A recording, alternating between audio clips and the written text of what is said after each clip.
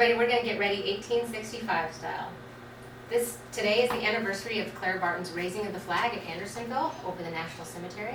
And so I'm going to show you what she would have most likely worn. Not quite all the layers, but something very similar. So first we're going to, I'm already dressed in my breeches and my socks, my shoes, my corset, because of course you can't put your shoes on after your corset. It's very difficult to bend down. So the next thing that we'll go over would be your corset cover. And while Clara Barton had been here since January 25th is when they arrived. She came with Captain James Moore's expedition, and he came to establish the National Cemetery.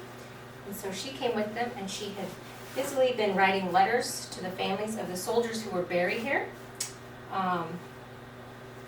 She also read newspapers to the formerly enslaved that came and asked her to read for them.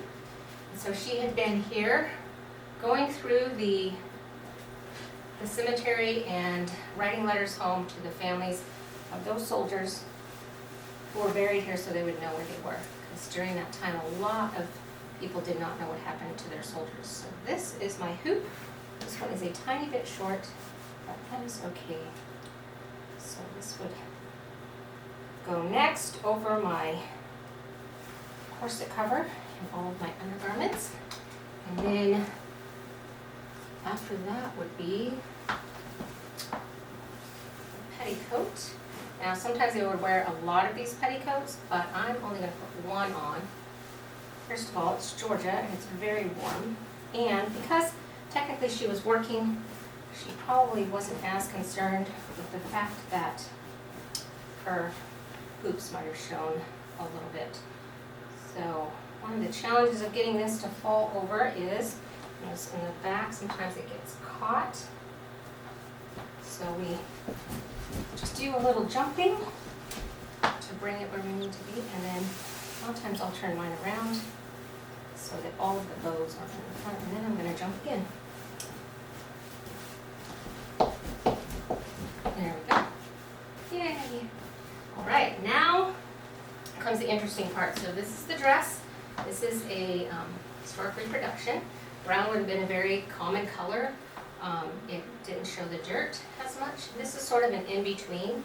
This is one piece all sewn together, and you can see the V in the back. And then as we get it on, I'll show you the sleeves and the shoulders, which are very interesting.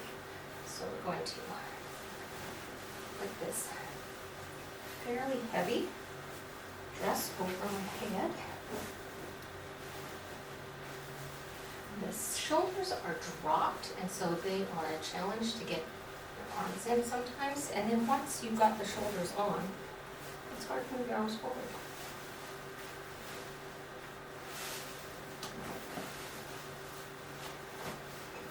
All right.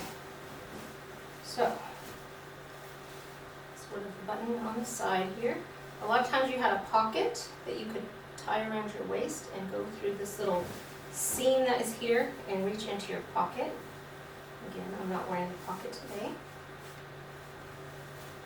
So attach there, and then all of the little hooks, the hook and eyes, would have buttoned all the way up. And this one, thankfully, is buttons in the front. Some of them buttoned in the back, and obviously when that was the case, you had to have someone help you dress.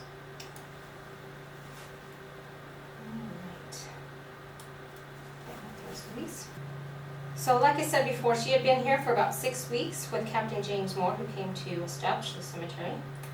Now, Captain Moore and Clara didn't get along all the time. They kind of bickered a little bit, but at the end, he asked her to raise the flag. And so, when I'm done here, we're going to cut away, and we're going to raise that flag that is still in the same exact place as the one she raised 160 years ago. Now we have a newspaper that shows her raising the flag. It is a drawing because there were no actual photographs taken at that time. And so we are going to try to get that same general angle. And then of course the brooch that the ladies wore. If I can do this. These antique brooches are extraordinarily sharp. I had to go through some fairly thick layers. So, I think that's straight.